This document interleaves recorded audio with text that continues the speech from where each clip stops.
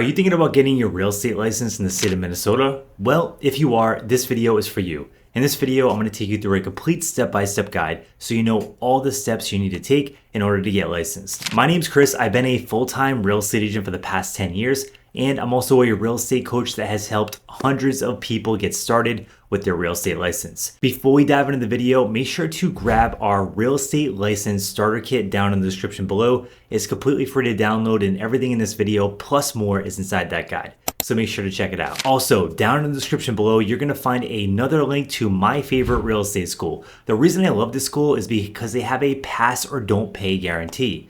And what this means is they believe in what they do, and they believe they can actually help you succeed and pass your real estate exam. So if you want to check out some of their state-approved real estate pre-license classes, make sure to click the affiliate link down below where you'll be able to access different sales and discounts on their classes. So step number one to getting your Minnesota real estate license is all about meeting some of the basic requirements. The first one is you must be 18 years old or older. You must have a high school diploma or a GED, and you must be a US citizen or legal resident. Another thing to know is you must be able to pass a criminal background check. So if there's something on your record that might prevent you from getting your license, like a felony, then I highly suggest you reach out to the Real Estate Commission and have that conversation ahead of time and see if it's something that's going to be maybe doable, or if you should just hold off on this completely. But if there's something concerning, make sure to check ahead of time. Step number two is completing your real estate pre-licensed education classes. In the state of Minnesota, you have to complete 90 hours of state-approved pre-licensed education. Now, I know 90 hours sounds like a ton of time to invest, and it truly is. But the good thing is you can do these classes in person or online. I actually recommend the online option because it's much more flexible, and you still get access to instructors and all the things that you would want in order to give yourself the confidence to move forward and take your actual exam. But online is just way more convenient and usually much more cost effective. In these real estate classes, you're gonna learn a lot of new things like real estate law, real estate math, the code of ethics. These are all things that you're gonna use when you get your real estate license, but more importantly, you're actually gonna need all this stuff to pass your real estate exam, which is step number three. In the state of Minnesota, the real estate exam itself is administered through Pearson VUE. And you can schedule your exam just by going on their website. Just give them a 24-hour notice at least to schedule your actual exam.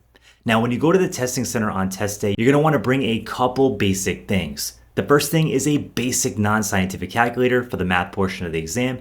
Then you also want to bring two forms of identification. This can be a driver's license, a US passport, or it can be other things like a debit card or a credit card. Just make sure to bring two. Now you're probably wondering, when you go inside the testing center, what should you expect? Well, the good news is this exam is multiple choice, and you have a couple hours to actually complete it, which is the good news, so you don't have to rush through it.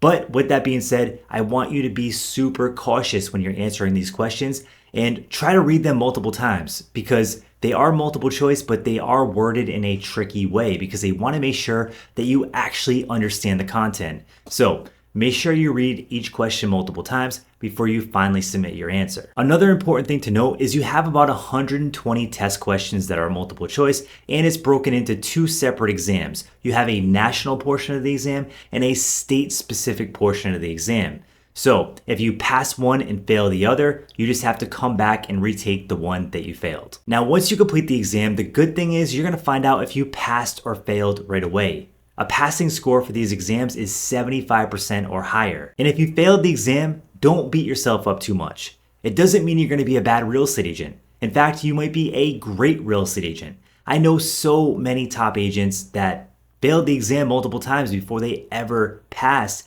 and they went on to become super successful real estate agents. So it doesn't mean you're gonna be a bad agent. It just means you have to study a little bit harder and give it another try. Now, if you did pass the exam, it's time to celebrate because this is a huge milestone, and you definitely want to give yourself credit because you're really close to getting your license. We just have a couple more steps left. Step number four is completing your fingerprinting and background check. This is something you can schedule through Identico, which is a fingerprinting service approved by the state. You need to get this step done before you actually apply for your license, which brings us to step number five, which is actually applying for your license. In order to do this, what we want to do is package everything up that we've done this far. We want to take our completed pre-license education classes. We want to take our passed real estate exam that we got a passing score on, then we want to get our background check information and send it all out with our real estate license application. Then we want to move on to step number 6, which is finding your sponsoring broker. This part of the process is super fun, but it's also super important because if you pick the wrong first brokerage, you're going to set yourself back a lot. So I want to give you a couple important questions you should ask before you select your first brokerage. The very first question to ask is, what kind of mentorship and training are you going to provide to me as a brand new agent? Are you going to get access to a experienced mentor one-on-one that you can call anytime you have trouble? Or do you just get access to some classes every now and then that aren't even specific to new agents? You want to ask both questions so they can let you know exactly what they provide for new agents that are just getting started. The second question you want to ask is, how are you going to help me market and grow my business? One of the main reasons brand new agents fail is because they can't figure out how to get new clients. And then they run out of money or get frustrated and then go back to the 9-to-5 job and just quit real estate altogether. So you want to ask this question up front and really see how this brokerage is going to help you grow your brand new business. Another important question to ask is, if you're looking for real estate leads, you might want to try to join a real estate team within that brokerage and see if that's something that they offer. The last question to ask is, what kind of monthly fees and commission splits do they offer? The first question is much more important than the second question, and that's what monthly fees you offer. As a brand new agent, it's really difficult to pay monthly fees when you don't have money coming in on a regular basis. So you want to find out what those fees are, if there are any. Now, just to give you some expectations, there are brokerages that have no monthly fees, all the way up to luxury brokerages that might charge you a couple $100s per month just to be a part of their brokerage. And that's a fee that you're going to get charged whether you close a sale or you don't. So it's definitely something to be mindful of, especially as a brand new agent. Another question to ask is the commission splits. What are the splits? And at the end of the day, what are you going to end up with after you close your first deal or after you close multiple deals?